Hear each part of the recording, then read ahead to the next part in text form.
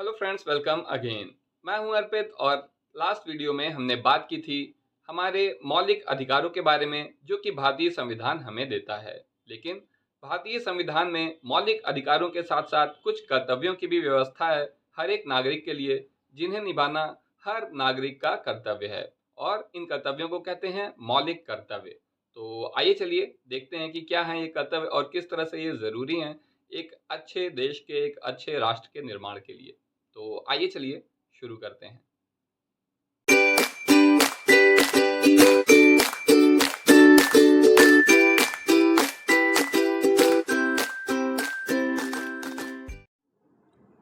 मौलिक कर्तव्य का भारतीय संविधान के अनुच्छेद 51 ए और भाग 4 ए में वर्णन किया गया है। भारत में वर्तमान में 11 प्रकार के मौलिक कर्तव्य हैं जो कि हर भारतीय नागरिक को पालन करना अनिवार्य है।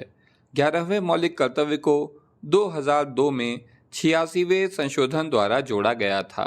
मौलिक कर्तव्य का विचार रूस के संविधान, जो कि उस समय रूस नहीं था, तब जो है तत्कालीन सोवियत संघ था, तो उसके जो है संविधान से जो है प्रेरित होकर लिया गया है और इसे 42वें संविधान संशोधन अधिनियम द्वारा 1976 में जो है भारत के संविधान के भाग 4 ए में शामिल किया गया था। राज्य के नीति निर्देशक तत्व की तरह ही मौलिक कर्तव्य भी प्रकृति से गैर न्यायिक हैं, यानी कि जो है न्यायालय के द्वारा जो है इन्हें लागू नहीं करवाया जा सकता है।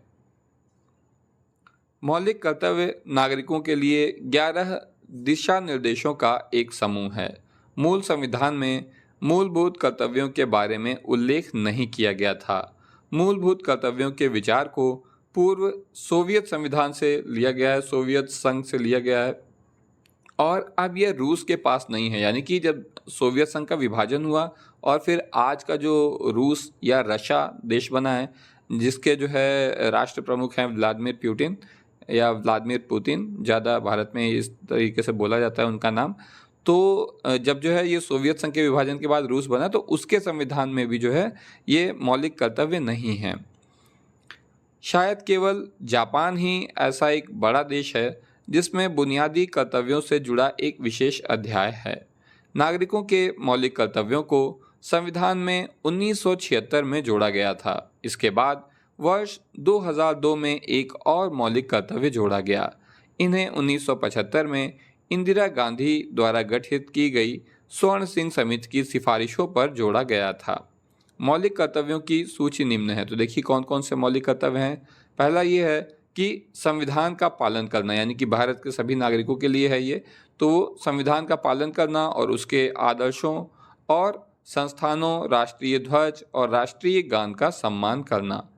दूसरा है स्वतंत्रता के लिए राष्ट्रीय संघर्ष को प्रेरित करने वाले महान आदर्शों का पालन करना।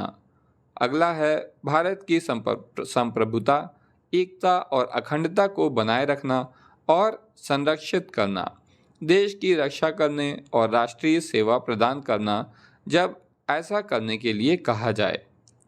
धार्मिक, भाषाई और क्षेत्रीय या आंशिक विविधता से आगे बढ़कर भारत के सभी लोगों के बीच सामंजस्य और समान भाईचारे की भावना को बढ़ावा देना और महिलाओं की गरिमा के लिए अपमानजनक प्रथाओं को त्यागना। देश की समग्र संस्कृति की समृद्ध विरासत के महत्व को समझना और संरक्षित रखना। जंगलों, झीलों, नदियों और वन्य जीवन सहित प्राकृतिक पर्यावरण की रक्षा और सुधार करना और जीवित प्राणियों के लिए करुणा रखना। वैज्ञानिक मनोवृत्ति, मानवताविद विचारधारा का विकास और जांच और सुधार की भावना विकसित करना। सार्वजनिक संपत्ति की रक्षा करना और हिंसा को रोकना। व्यक्तिगत और सामूहिक गतिविधि के सभी क्षेत्रों में उत्कृष्टता की दिशा में प्रयास करना ताकि राष्ट्र निरंतर उपलब्धि के उच्च स्तर पर बढ़े तथा 6 से 14 वर्ष की उम्र के बीच अपने बच्चे के लिए शिक्षा के अवसर प्रदान करना। यानी कि जो 6 से 14 साल का बच्चा है तो उसे स्कूल ज़रूर भेजा जाए, उसकी शिक्षा पर ज़रूर जो है ध्यान दिया जाए। जैसे हम देखेंगे कि बहुत से बच्चे जो होते हैं वो स्कूल नहीं जाते हैं बल्कि अपने माता पिता का हाथ बटाते हैं रोजगार में। तो ये उनकी मजबूरी होती है, कोई भी शौक से ऐसा नहीं करवाता है। तो लेकिन अब ये जो है हमारे जो है इसमें निर्देशों में शामिल है कि बच्चे की शिक्षा का अवसर प्रदान करना। यह कर्तव्य 86वीं संवैधानिक संशोधन अधिनियम 2002 के द्वारा जोड़ा गया था, ये आखिरी वाला। तो मौलिक कर्तव्य की विशेषता क्या है, आइए देखते हैं। संविधान में मूल या मौलिक कर्तव्य के अंतर्गत नैतिक और नागरिक दोनों प्रकार के कर्तव्यों को शामिल किया गया है। जैसे नैतिक कर्तव्य में स्वतंत्रता के लिए प्रेरित करने वाले महान कर्तव्य को पालन करना, और नागरिक कर्तव्य में है कि राष्ट्रीय गान, राष्ट्रीय ध्वज एवं संविधान का पालन करना नागरिक कर्तव्य है। मौलिक कर्तव्य केवल भारत के नागरिकों पर लागू होता है, लेकिन कुछ मूल कर्तव्य भारतीय नागरिकों के साथ विदेशी नागरिकों के लिए भी हैं। हालांकि राज्य के नीति निर्देशक सिद्धांतों की तरह मूल कर्तव्य के हनन के खिलाफ कोई कानूनी प्रावधान परिभाषित नहीं है। इसके बाद है मौलिक कर्तव्य की उपयोगिता। इसकी क्या उपयोगिता है, आइए देखें। यह निर्विवाद है, यानी कि इन मौलिक कर्तव्यों के प्रति विभिन्न राजनीतिक विचारधाराओं में कोई विवाद नहीं है। यह दलगत राजनीति से ऊपर है। इनका आदर्श देश हित की भावना को नागरिकों के हृदय में जागृत करना है।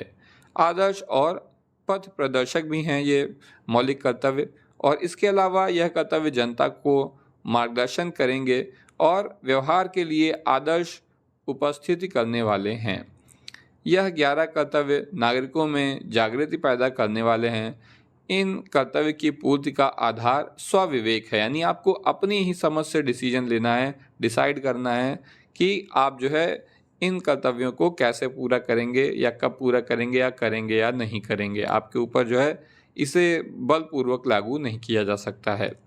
स्वर्गीय श्रीमती इंदिरा गांधी ने इस बारे में संसद में कहा था कि अगर मौलिक कर्तव्य को केवल अपने दिमाग में रख लेते हैं तो हम तुरंत एक शांतिपूर्ण क्रांति देखेंगे। यानी कि अगर हम अपने मन में इन बातों को बैठा लेते हैं जो मौलिक कर्तव्यों में दी गई है, तो अपने आप ही हमें समाज में और देश में एक क्रांति दिखाई देगी और लोग ज़्यादा अच्छा, बेहतर व्यवहार करेंगे, जो कि देश की प्रगति में हमारे सहयोगी होगा।